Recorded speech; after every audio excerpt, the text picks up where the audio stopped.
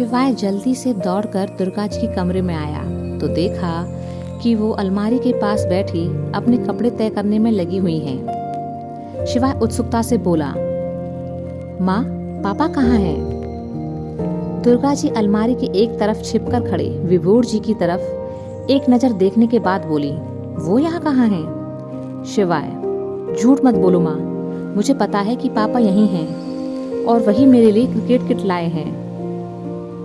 दुर्गा जी चौंकने का नाटक करते हुए बोली, अच्छा तो तू उस क्रिकेट किट की बात कर रहा है, वो तो तेरे पापा ने ऑनलाइन डिलीवर करवाई है। यह सुन शिवाय गंभीर हो गया। क्या पापा सच में आ नहीं हैं? दुर्गा जी, नहीं, वो नहीं आए हैं, बोला तो था वीकेंड पर आएंगे। शिवाय मायूस सा होकर बिस्तर पर बैठ गया। पता है मैं कितना खुश हो गया था। मुझे लगा कि पापा आ गए, पर कोई नहीं। इतने दिन से इंतजार कर रहा हूँ तो कुछ दिन और सही। दुर्गा जी प्यार से उसका सिर सहलाने लगी।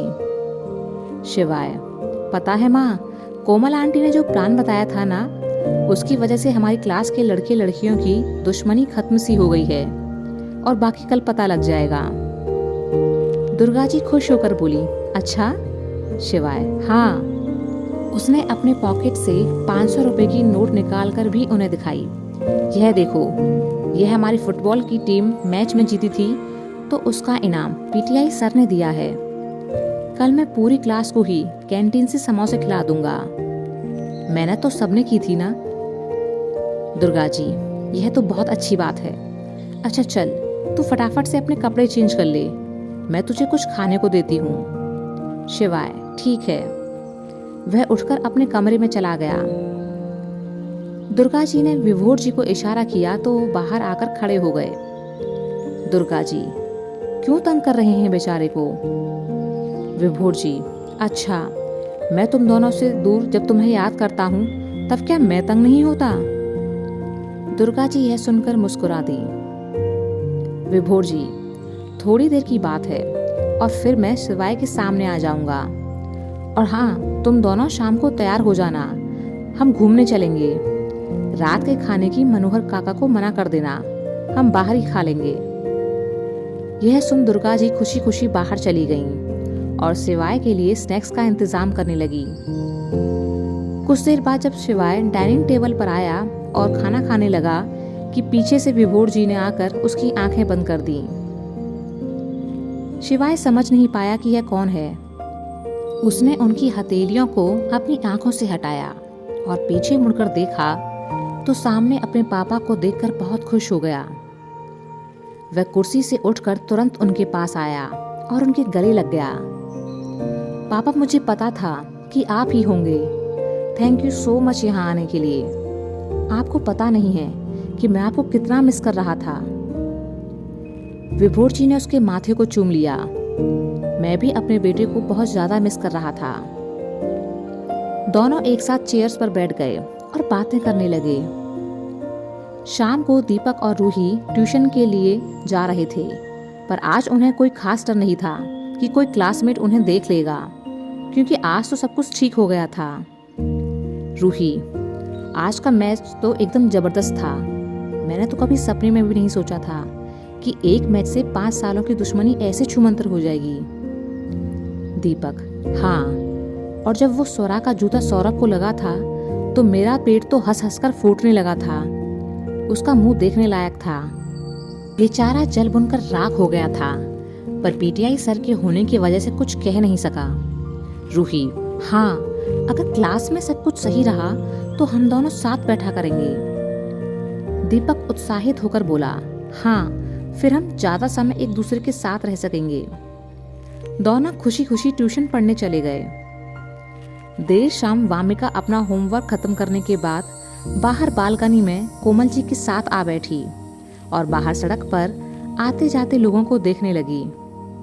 कुछ देर बाद उसने देखा कि शिवाय और दुर्गा जी एक अंकल के साथ कार में बैठकर कहीं चले गए हैं। वामिका, माँ, ये अंकल कौन है? कोमल जी, पता नहीं, मैंने तो कॉलोनी में नहीं देखा इन्हें। तभी मनोहर काका टाइगर को लेकर बाहर घूमने निकले। तो कोमल जी ने उन्हें आवाज दी, काका। और उनके चैनल पर इस कहानी मनोहर जी उनके घर के नीचे आ खड़े हुए। जी बेटा। कोमल जी, ये दुर्गा जी और शिवाय किसके साथ बाहर गए हैं? मनोहर जी, ये विभोर बाबू हैं, दुर्गा जी के पति। कोमल जी, ओह अच्छा, ये कहीं बाहर गए हुए थे क्या? मैंने तो देखा नहीं। मनोहर जी, ये बाहर ही रहते हैं और काम के सिलसिले में और भी बाहर जाना पड़ता है, तो शिवाय बेटे की पढ़ाई पर असर ना पड़े इसलिए उसके स्कूल की पढ़ाई खत्म होने तक ये दोनों यहीं रहेंगे। उसके बाद विभोर बाबू इन्हें अपने साथ ले जाएंगे। कोमल जी, अच्छा। मनोहर जी वहां से चले गए। वामिका, थैंक गॉड कि मेरे पापा मेरे साथ ही रहते हैं, वरना मैं तो उनसे एक दिन भी दूर नहीं रह पाती। वो दुनिया के सबसे बेस्ट पापा हैं। पता नहीं शिवाय कैसे अपने पापा से दूर रह लेता है। कोमल जी, सब हो जाता है, इंसान को आदत पड़ जाती है। शिवाय को तो अपने पापा हफ्ते 2 हफ्ते में मिल जाते हैं, लेकिन बहुत से बच्चों ने तो अपने पापा को देखा तक नहीं होता है। जिंदगी का दूसरा ही नाम ही एडजस्टमेंट है बेटा। हमें हमेशा भगवान का शुक्रिया अदा करना चाहिए कि उन्होंने हमें इतना कुछ दिया, वरना औरों को भी तो ये भी नहीं मिलता। वामिका ने उनकी बात पर सहमति जताई। इधर शिवाय अपने पापा और माँ के साथ बहुत एंजॉय कर रहा था। पहले उन्होंने शॉपिंग की, फिर वो मूवी देखने गए, जिसके बाद तीनों ने एक होटल में खाना खाया। शिवाय बहुत खुश था क्योंकि ऐसे लम्हे उसे बहुत ही कम नसीब होते थे जब उसके साथ उसके दोनों पेरेंट्स होते थे। शिवाय और उसके पेरेंट्स रात को घर लौटे और आपस में खूब सारी बातें की। उन्होंने मिलकर अंताक्षरी खेली, फिर दोनों बाप बेटे टाइगर के साथ भी खूब खेले। बाद में तीनों थककर सो गए।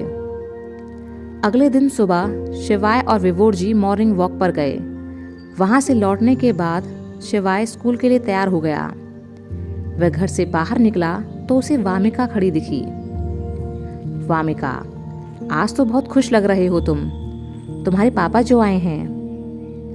शिवाय ने चौंक कर उसकी तरफ देखा। तुम्हें कैसे पता? वामिका, कल तुम्हें अंकल आंटी के साथ जाते देखा था। शिवाय, ओह तो ये बात है। दोनों अब स्कूल के लिए निकल पड़े। जब सारे बच्चे स्कूल पहुंचे तो वामिका शिवाय ने नोटिस किया कि अब लड़के लड़कियां फिर से एक दूसरे से कल की तरह बात करने में हिचक रहे थे। दोनों चुपचाप अपनी सीट पर जा बैठे।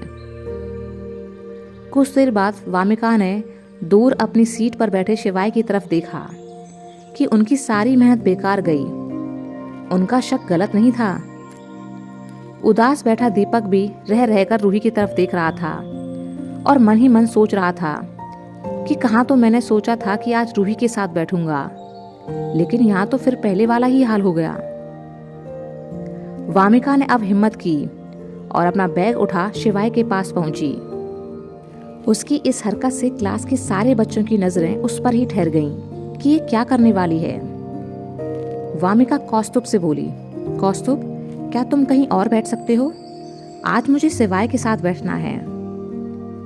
यह सुनते ही क्लास के सारे बच्चे हैरान रह गए। कौस्तुभ को कुछ समझ नहीं आया कि क्या करे। वह झिझकते हुए उठा और पीछे वाली सीट पर बैठ गया और सोचने लगा, इस लड़की ने तो मुझे रत्ती भर भी भाव नहीं दिया। वामिका ने पूरी क्लास पर नजर घुमाई तो उन्हें खुद को ऐसे घूरते देखते हुए पाया तो बोली, क्या अब तो हम आपस में बात कर सकते हैं ना? क्योंकि रूल तो कल ही टूट चुका है। कल सभी ने एक दूसरे से बात की है और जब एक बार दोस्ती हो जाती है तो फिर सारी बात वहीं खत्म हो जाती है। जब कल मैच के दौरान ही क्लास का रूल टूट गया तो फिर से वह नाटक नहीं चलेगा। मैं तो बोलूंगी अपनी क्लास के लड़कों से, जिसे बात करनी है करे, नहीं करनी है मत करे। 5 साल हो गए उस बात को जिसकी वजह से तू मैं शुरू हुई थी। मुझे लकीर का फकीर पीटने की आदत नहीं है और मैं इतनी पुरानी बातों का रोना नहीं रोती। वामिका शिवाय के पास अपना बैग रख बैठ गई और शिवाय से बोली, तुम्हें मेरे यहाँ बैठने से कोई दिक्कत तो नहीं है ना? नीरा शर्मा पर उपलब्ध। शिवाय, बिल्कुल नहीं, क्योंकि मैं भी इस तरह के बचपने को सही नहीं मानता। उस चैनल के मालिक दोनों हैं, इंतजार करने इसे लगे चुराकर कि क्या पोस्ट कोई किया और है। भी हिम्मत कर उनका साथ आपसे देगा अनुरोध है कि या फिर ऐसे सब लोगों चुप की रहेंगे। हिम्मत ना बढ़ाएं और उनके कुछ ही चैनल सेकंड पर बाद इस अब कहानी रूही भी को न हिम्मत कर सुनें। खड़ी होकर बोली, तू सही कह रही है वामिका, मैं भी लड़कों से बात करूंगी। हम सभी क्लासमेट्स हैं और इस तरह की बचकानी हरकतें कर हमें कुछ भी हासिल नहीं होगा। बचपन की छोटी सी बात पर हम अपनी दोस्ती क्यों खराब करें? मुझे वही दोस्ती चाहिए जो पहले थी। वह अपना बैग लेकर सीधे दीपक के पास आई, जो शिवाय के पीछे वाली सीट पर बैठा था। क्या मैं तुम्हारे साथ बैठ सकती हूँ? दीपक एक तरफ खिसक गया और अपनी खुशी छिपाते हुए बोला, हाँ हाँ, क्यों नहीं, आखिर हमें पढ़ना तो एक ही साथ है, फिर चाहे लड़कर एक साथ रहें या दोस्ती करके। रूही दीपक के पास बैठ गई। धीरे धीरे अब लड़के लड़कियों में सुगबुगाहट शुरू हो गई और कुछ ही देर में सभी हंसकर एक दूसरे से बातें करने लगे। कुछ और लड़कियां भी उन लड़कों के साथ जाकर बैठ गईं जो झगड़े से पहले उनके बेस्ट फ्रेंड हुआ करते थे। अब सारे लड़के लड़कियां एक दूसरे से घुल मिल रहे थे, हंसकर बातें कर रहे थे, लेकिन सौरभ अपनी सीट पर चुपचाप बैठा था। स्वरा खुश हो उसके पास आई। अब क्यों मुंह लटका कर बैठा है, चल दोस्ती कर लेते हैं। पूरी क्लास की नजरें अब उन पर थीं।